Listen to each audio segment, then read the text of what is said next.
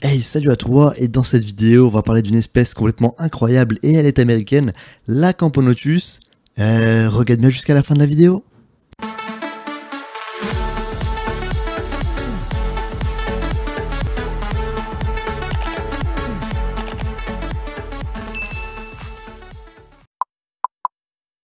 Like, partage, abonne-toi.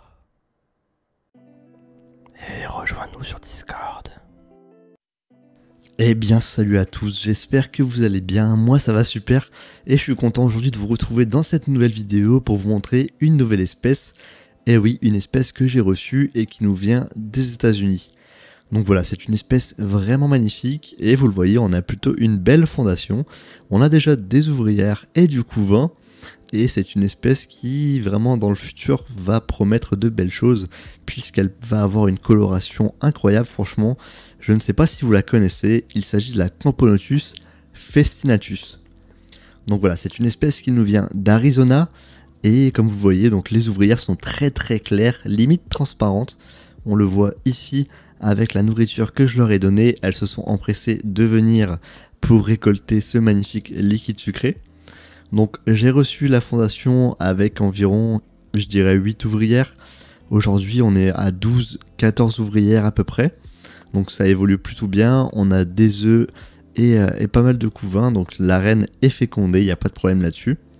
Voilà, franchement donc une espèce que j'adore personnellement quand on voit les couleurs. Comme vous le savez déjà, je suis plutôt fan des Camponotus jaunes. Donc là, là c'est clairement le cas, hein, c'est clairement transparent. Et comme vous l'apercevez, donc... vu le gastre et la couleur de leur abdomen, on pourra s'amuser avec cette espèce, notamment avec des liquides sucrés. Voilà, donc c'est quelque chose qu'on pourrait essayer. J'ai toujours voulu faire ça avec une espèce, et je pense qu'on fera ça avec celle-ci du coup, puisqu'elle se prête vraiment bien à ça, étant donné la couleur très claire et très prononcée. Donc vous le voyez, les ouvrières sont pas très grandes. Au niveau taille, je dirais que c'est à peu près équivalent à une Camponotus Fetch and Coin. Grosso modo, la reine est quand même bien plus grande que la reine Fetch and Coin, mais les ouvrières c'est à peu près ça. Ou alors si vous avez des Camponotus par exemple irritants, c'est un peu le même genre au niveau taille. Il n'y a pas grande différence, hein, ça ressemble à ça. Donc elle nous vient d'Arizona, donc chez moi évidemment elle est chauffée. Donc l'été elle sera chauffée à 28-29 degrés. Et l'hiver, je lui ferai une petite pause quand même à température ambiante, à 20-22 degrés environ, histoire que Madame la Reine se repose, hein, c'est normal. Il faut lui faire un petit temps de repos. Vous la voyez d'ailleurs ici, Madame la Reine, qui est très particulière. Donc déjà, première chose, elle a ses ailes. C'est assez particulier, puisque normalement, elle se les arrache. Celle-ci a un petit bout d'aile, vous le voyez, elles ont été un peu mordillées, coupées vers le bas. Mais bon, ça n'empêche pas de pondre. Vous voyez ici qu'on a une belle grappe d'œufs. Donc voilà, je m'inquiète pas trop, ça évolue bien. On a des larves et des cocons, donc voilà. Pour l'instant, il n'y a pas d'inquiétude sur la fécondité. La reine est bien fécondée, voilà, j'ai pas de souci avec ça. Et vous le voyez au niveau de la coloration, la reine est extrêmement particulière. Elle a pas mal de taches noires, etc. Et d'ailleurs, c'est comme ça que les futures ouvrières seront. Là, ici, la première génération, comme vous le savez, elle n'est pas très colorée. Mais au fur et à mesure de l'évolution, on va avoir des colorations très prononcées chez les ouvrières. Et on va voir ça évoluer. Vous voyez la reine, au niveau de la tête, elle a le haut de la tête noir et le bas plutôt jaune. Et c'est justement cette particularité-là qu'a cette espèce-là, c'est qu'elles ont une bicolarité. Et donc c'est notamment le cas chez les ouvrières, les majors et les médias. Mais bon, on verra ça avec l'évolution. Pour l'instant, les premières générations sont très claires comme vous le voyez. C'est pas plus mal, ça fait des ouvrières assez claires et on pourra faire des tests de liquide sucré coloré. Donc moi ça me va. Mais bon, on va sûrement voir une belle évolution de coloration chez celle-ci. Vous voyez quand même la reine est vraiment jolie, hein. Franchement moi je la trouve super sympa. Donc comme je disais, celle-ci nous vient des États-Unis directement, je les ai récupérées via un contact que j'ai là-bas. Donc il m'a envoyé celle-ci en même temps que la Castaneus, les Pogonomyrmex, etc. que j'ai fait dans la précédente vidéo. Si vous ne l'avez pas vu, allez jeter un coup d'œil, c'est une super vidéo où je vous présente 4 espèces américaines. Et évidemment, on va faire un suivi de toutes ces espèces-là, donc si vous ne l'avez pas vu, allez la voir. Sinon vous serez un peu perdu quand je vais en reparler.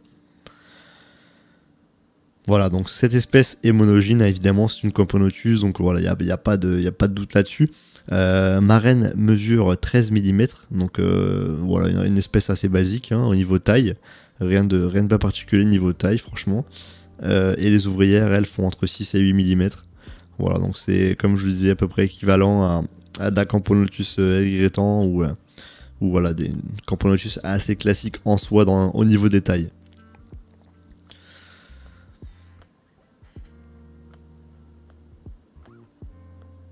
Franchement, le truc que je kiffe chez cette espèce-là, c'est vraiment les nuances de coloration chez la reine. Hein.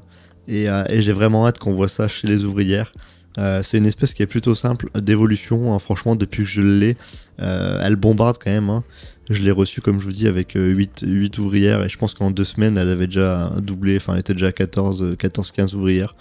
Là, aujourd'hui, j'ai pas compté, mais on doit pas là, on doit être une vingtaine, à mon avis. Donc ouais, c'est une espèce qui bombarde assez franchement, pas très compliqué d'évolution, elle est raffole comme toutes les Camponotus de liquide sucré, quelques insectes également, des petits morceaux, mais c'est pas son plaisir, elle c'est vraiment les liquides sucrés qu'elle aime, hein. Donc voilà, on lui fait plaisir, et voilà, donc surtout ne pas hésiter à monter les températures, parce que c'est une espèce comme je vous disais qui vient d'Arizona, donc les températures montent très très haut là-bas, et par contre elles descendent assez bas en hiver, donc voilà, la diapause est quand même extrêmement nécessaire, hein. Chez cette espèce d'Arizona, voilà, comme je vous dis, à température ambiante, une vingtaine de degrés, ça ira très bien pour elle. Il n'y a pas besoin de faire moins. Voilà, ça fera du bien à Madame la Reine qui pourra se reposer. Donc vous voyez, le tube est un peu sale, hein, c'est parce qu'en fait j'ai mis de l'excavator au fond. C'est mon vendeur qui me l'a conseillé chez celle-ci, notamment pour le tissage des cocons, pour faciliter tout ça.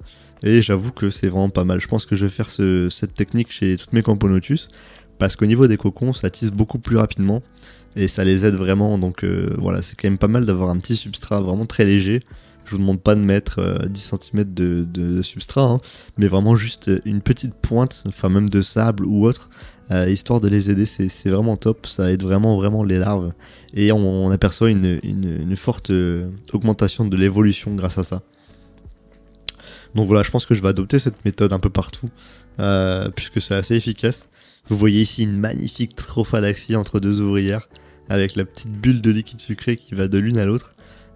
C'est magnifique à voir, hein. Franchement, voilà, le petit passage de nourriture là qui est magnifique. En plus, le plan est parfait, elles sont pile poil devant la caméra, donc il n'y a rien à dire. Et vous observerez du coup pendant toutes ces séquences énormément de trophalaxie chez cette espèce là, elle est vraiment très friande de ça. Quasiment toutes les ouvrières font des trophas, et la reine également. Regardez, encore une autre qui essaye. Ici avec Madame la Reine qui demande de la nourriture, donc on lui donne du liquide sucré. Franchement, j'ai observé pendant, je dirais, une vingtaine de minutes, et il y en a eu je ne sais combien, j'ai même pas pu les compter. Enfin, c'est vraiment impressionnant.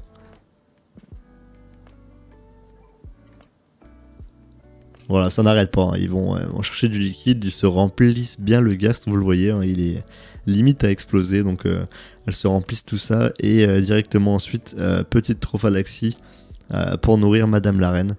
Donc voilà, c'est très intéressant à voir, et on verra ça, comme je vous disais, avec des colorants. On pourra vraiment observer le cheminement du liquide sucré, voir où il va et comment il y va. Donc c'est vraiment pas mal, je pense, pour bien se rendre compte de toutes ces trophalaxies là. On mettra plusieurs couleurs, etc. pour essayer, évidemment, sinon ce n'est pas intéressant. Et on observera tout ça, je pense que ça va être hyper intéressant à voir. Donc voilà, c'est une espèce que j'ai hâte de suivre, j'espère que vous aussi. N'hésitez pas à me mettre un pouce bleu en commentaire si vous êtes arrivé jusqu'à ici de la vidéo, ça fait extrêmement plaisir, merci beaucoup. Vous pouvez également me mettre un commentaire pour me soutenir. Voilà, donc en tous les cas, on verra évidemment l'évolution de celle-ci bientôt sur la chaîne quand elle évoluera. Là, on s'approche grandement de la diapause. Donc voilà, il n'y aura pas énormément d'évolution cette année, je pense. Mais ne vous inquiétez pas, les vidéos continuent. Je vous en fais une par semaine comme cet été, ça ne change pas. Donc restez bien à l'affût. Activez la cloche de notification pour ceux qui ne l'ont pas fait, puisque vous êtes notifiés comme ça de toutes les vidéos, les concours, les messages que je poste, etc. C'est plutôt cool parce que comme ça vous avez toutes les informations en avance. Et voilà. Moi en tous les cas, je bosse pour vous préparer des vidéos. J'espère que celles-ci vous plaisent. Et c'est un plaisir, voilà, de vous montrer toutes mes colonies, mes fondations, etc. Franchement. Et voilà, j'espère que vous avez apprécié. Sur ce, je vais vous laisser et je vous dis à bientôt pour d'autres vidéos sur la chaîne et évidemment d'autres découvertes et d'autres espèces. Voilà. Merci à tous d'avoir regardé. À bientôt. Ciao.